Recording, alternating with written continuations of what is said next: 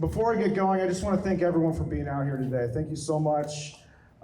It's so important that we stand on this message today in particular, and I want to give special recognition to everyone who's standing behind this banner with me is a veteran of the United States military in some fashion.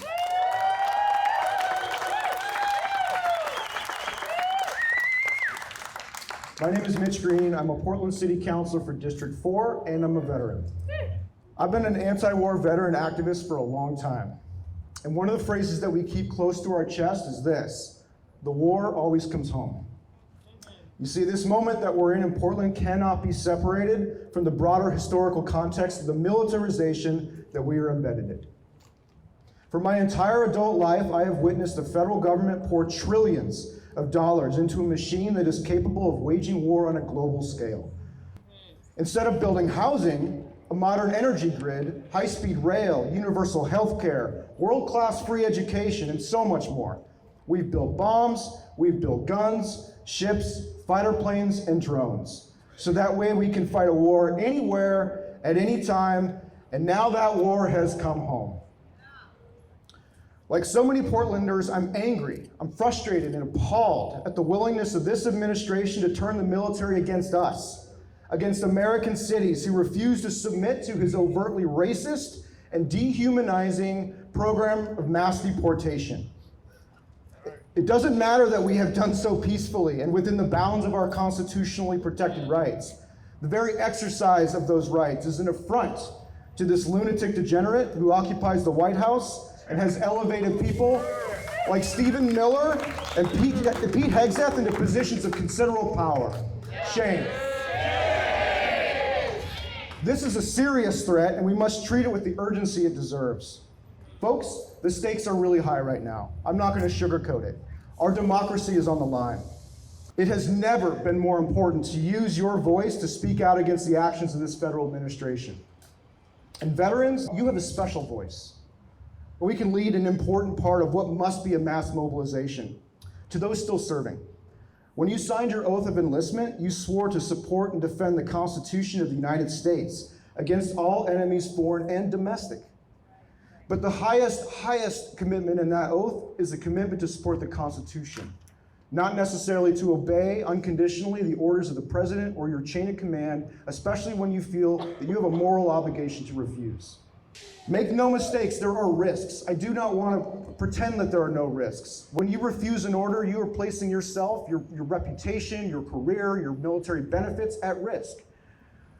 But then I ask you to think about the historical stakes and whether or not you want to risk being part of a machine that commits war crimes and that is rendering asunder our Constitution. That's a choice you always get to make.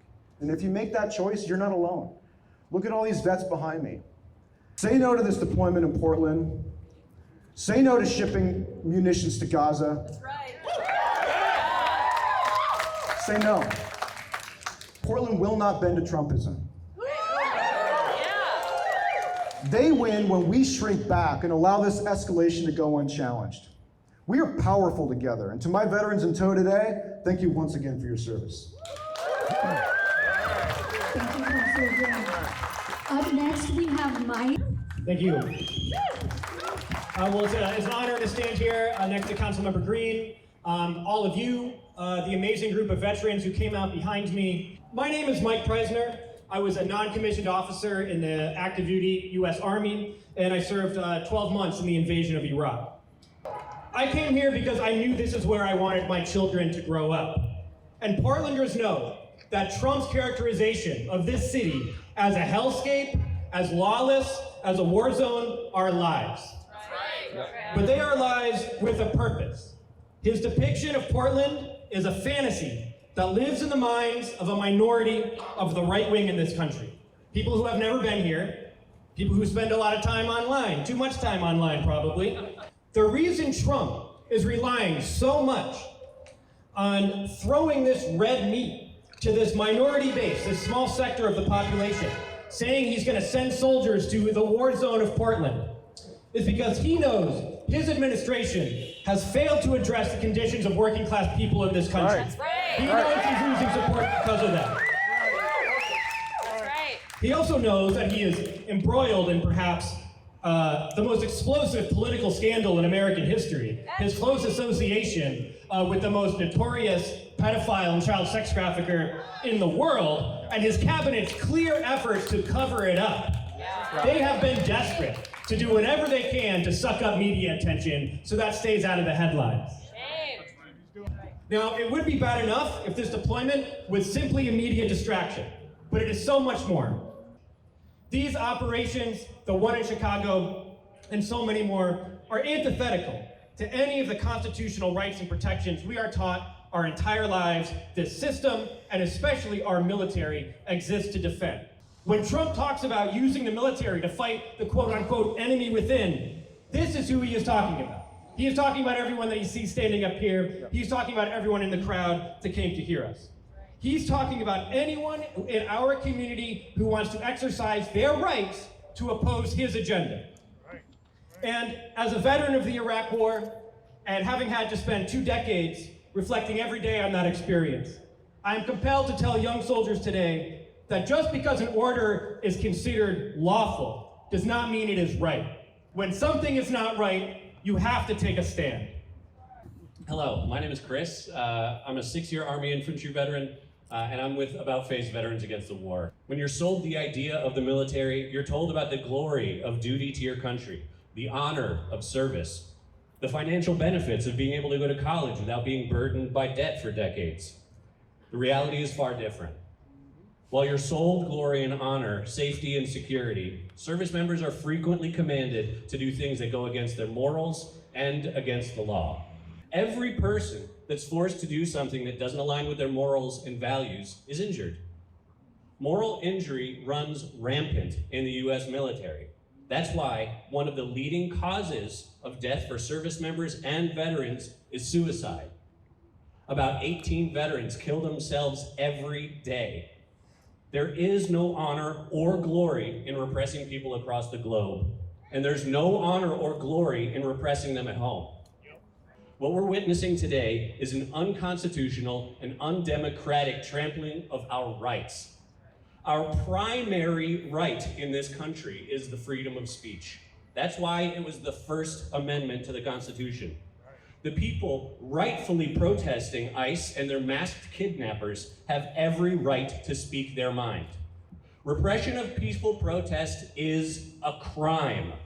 It's a violation of the Constitution, and it's a direct attempt from the president to quash speech he doesn't like. Are we surprised that the president, convicted of 34 felonies, is willing to break the law to achieve his aims? Fuck no. While he claims to be a law and order president, he is the one responsible for this illegal behavior. He is the one deploying the National Guard against the wishes of our governor and our city. It is not only right to protest the illegal actions of the Trump administration and those enacting his fascistic schemes, it is a duty. If you, like me, took an oath to protect this country, then you have a duty to oppose this president and his illegal machinations. Right. If you are part of this government, you have a duty to disobey. Right. Don't let our country slide into despotism. My name is Robin Eckstein. I am an Army veteran. I served from '99 till 2007 and deployed to the Iraq War right after the initial invasion with the 1st Armored Division. And I can tell you, this is not a war zone. An end of story. I'm a homeowner here in Portland, Oregon. I've lived here almost 9 years, and I love it here. I am so grateful to live in this community and be here. I was proud of my service, and I was proud to be in the United States military. I'm not proud of what's going on right now at all. My name is Charlie Henderson, and I'm a Navy veteran and that served for 7.5 years before separating and moving out to Oregon. To my brothers and sisters in uniform right now, my heart goes out to you. Whatever your reasons were for signing your name on that line, I guarantee it wasn't to assist the president's secret police in rounding up members of your communities or to be asked to point your rifles at your fellow citizens. I want you to think about this. One day, Trump and his cultists will be gone. One day, you'll be forced to look back at this moment in time and evaluate what you did. One day, you'll need help in life. And when that day arrives, will it be the people that gleefully put you in this position that will be there to help you? No. No. They do not care what happens to you.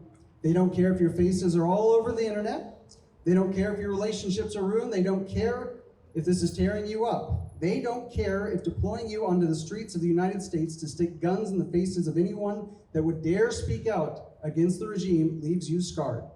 They don't care if you blow your brains out. But you know who does? We do. Yep. Right. Right.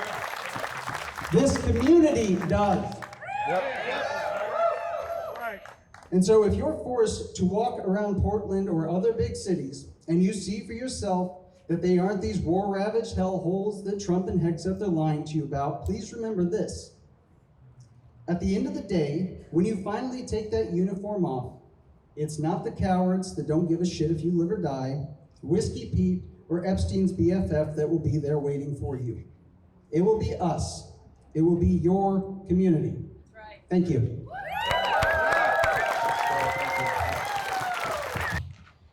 My name is Jesse Valencia. I served in the Army Reserves with the 56th Military Police Company from 2006 to 2011. What's happening in our city isn't about peace or safety, it's about provocation. When Trump sends federal forces into Portland, it isn't to free us from imaginary organizations, it's to agitate us, to make a TV show out of us, to create chaos amongst us so he can use it as an excuse to take even more power. But what Trump and his goofball fan base fear the most isn't unrest, it's unity. He fears the fact that we've elected the most progressive city council in Portland's history. You should be proud of that. Keep being proud of it. Leaders who are proving that democracy can be creative, compassionate, brave, and pragmatic. Stand proud, stand joyful. Let's show them that we are not afraid because Portland is united, Portland is compassionate, and Portland is free. Thank you. Portland, we got this. We're going to stand up, and we're going to be the tip of the spear. Thank you very much. Veterans say, troops off our streets. Veterans say, Troops off our streets! Veterans